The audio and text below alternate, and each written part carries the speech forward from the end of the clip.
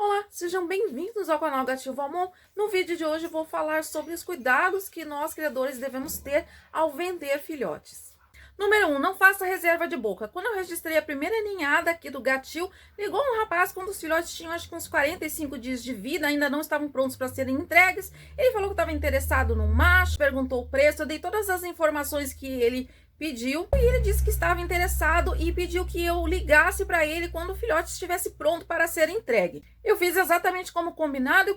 Então, assim que o filhote já estava desmamado e com a primeira dose da vacina quádrupla, eu liguei para o rapaz dizendo que o filhote já estava pronto e ele poderia vir buscá-lo. Porém, para minha surpresa, ele disse que não queria mais porque ele já havia ganho um gato. Foi dessa maneira que eu descobri que para reservar um filhote a gente precisa pedir uma parte do valor adiantado. Senão as pessoas compram em outro lugar e não te dão a menor satisfação. Alguns anos depois uma moça me ligou numa segunda-feira pedindo para reservar um filhote até quarta-feira, que é quando ela receberia o salário dela.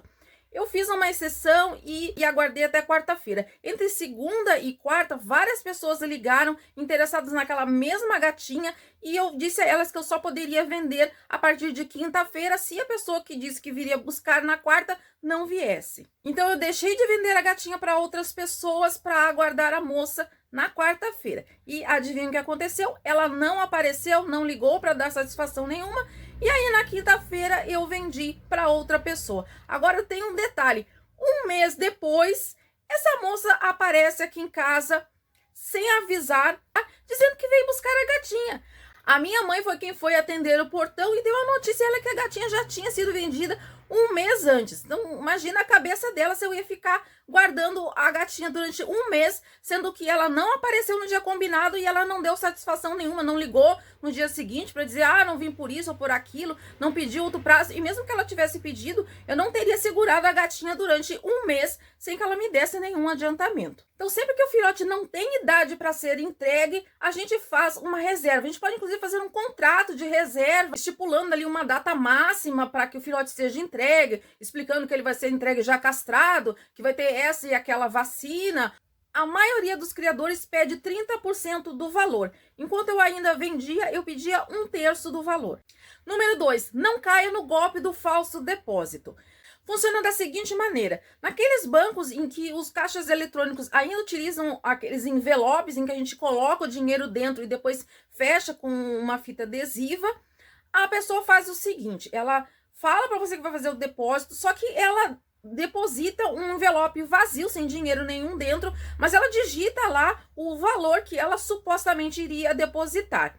Dependendo do horário em que é feito o depósito, esse envelope talvez só vá ser conferido no dia seguinte, ou se for um fim de semana, tiver feriado, talvez alguns dias depois. E aí o que a pessoa faz? Mesmo ela depositando um envelope vazio, a máquina, o caixa eletrônico, vai dar um comprovante para ela no valor que ela supostamente depositou. E aí ela vai mandar para você a imagem daquele comprovante e você pensa que de fato a pessoa fez o depósito, mas na realidade ela depositou um envelope vazio. Por isso é importante nunca entregar o filhote ou enviar o filhote por avião sem antes ter certeza absoluta de que o dinheiro entrou na conta, de que aquele envelope foi conferido e que realmente havia dinheiro no envelope. Terceiro, quando for vender um filhote muito novinho para um criador, deixe bem claro o que acontece se no desenvolvimento aquele filhote não ficar com a qualidade que o criador espera. Se você vai trocar por outro filhote, se você vai devolver o dinheiro, se você vai ficar com o valor da reserva para futuramente aquele criador possa comprar um outro filhote de uma outra ninhada. Deixe isso tudo muito claro no início para não ter problema depois. Quarto lugar, faça contrato de compra e venda, mas respeitando o Código de Defesa do Consumidor. Tem criadores que acham que o Código de Defesa do Consumidor não vale para animais de estimação, vale sim pela lei. Animais de raça são bens de consumo como uma geladeira, uma TV. A questão não é moral, é obviamente que um ser vivo não é a mesma coisa que um objeto como uma geladeira, mas pela lei eles estão amparados pelo mesmo Código de Defesa do Consumidor. O código é generalista, ele não tem um artigo específico para tratar da compra e venda de animais de estimação.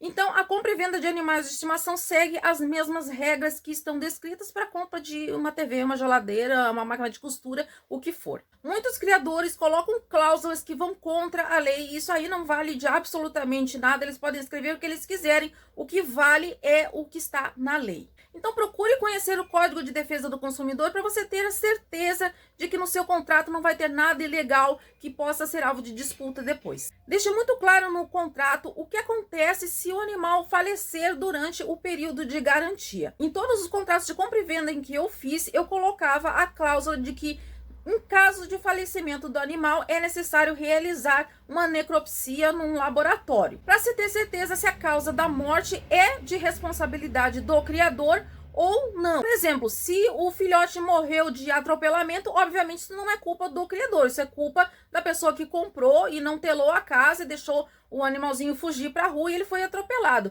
O criador não pode ser responsável por esse tipo de falecimento. Agora, se o filhote tem uma doença genética que o levou à morte, ou se ele já veio do gatil com algum vírus incubado, que demora alguns dias para mostrar os sintomas, aí, nesse caso, a responsabilidade é do gatil. A mesma coisa no caso de doenças, deixe bem claro que caso o filhote após a compra apresente algum sintoma de alguma doença, o gatil deve ser notificado imediatamente para que ele possa fazer o tratamento do animalzinho ou combinar com o proprietário de reembolsar as despesas com o veterinário. Também deixe claro no contrato se em caso de falecimento do animal e responsabilidade do gatil, se será dado um novo filhote à escolha do comprador ou se será devolvido o dinheiro. Nos meus contratos, eu sempre estabeleci que em caso de morte do animal e a responsabilidade sendo do gatil, o dinheiro seria devolvido. Porque muitas vezes a pessoa compra um determinado filhote porque ela quer uma cor específica. E muito provavelmente, no caso de falecimento daquele filhote, eu não teria um outro filhote da mesma cor.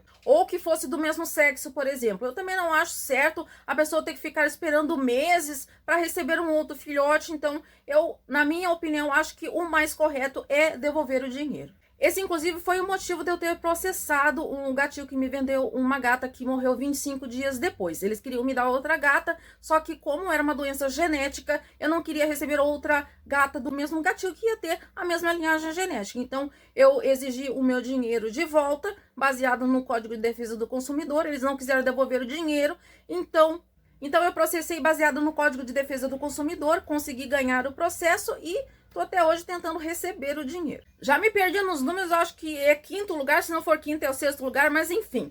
Cuidados na hora de você vender o filhote na sua casa, né? A grande maioria dos criadores tem o gatil na própria casa. Tem um outro que tem um sítio separado, alguma coisa do tipo, mas a maioria vende na própria casa. E aí tem que ter um cuidado dobrado, né? Antigamente, eu só pedia o nome e telefone da pessoa quando a pessoa vinha ver o filhote. Hoje em dia tem muita insegurança, a gente não sabe quem tá vindo na nossa casa. Então é muito importante você pedir comprovante de residência, RG, CPF, o nome completo. Se o cliente vier indicado por outro cliente ou por algum veterinário ou qualquer pessoa conhecida, melhor ainda. Se você tiver que optar entre vender para uma pessoa que foi indicada por uma pessoa conhecida ou para uma pessoa totalmente desconhecida, prefira vender para a pessoa que veio indicada por alguém, porque vai ser muito mais seguro. Se realmente você tiver que receber uma pessoa estranha em casa, avise alguém que não mora com você, que você vai estar recebendo essa pessoa em determinado horário e que se tudo correr certo, você vai mandar uma mensagem dizendo que tudo correu bem e que se você não mandar a mensagem é porque alguma coisa de errado aconteceu. Pode parecer paranoia, gente, mas hoje em dia todo cuidado é pouco, realmente. Tem pessoas que vendem coisas pela OLX, por exemplo, e são assaltadas na hora que a pessoa vai lá para comprar o produto. No geral é isso, tenho certeza que depois eu vou lembrar de alguma coisa que eu esqueci de falar, mas aí qualquer coisa eu falo em algum outro vídeo, tá bom, gente? Espero que vocês tenham gostado das dicas. Se gostou desse vídeo, não esqueça de deixar o seu like. E se ainda não for inscrito no canal, por favor, considere inscrever-se aí para que talvez algum dia eu consiga monetizar esse canal para comprar ração pro pessoal aqui. Por hoje era só e tchau!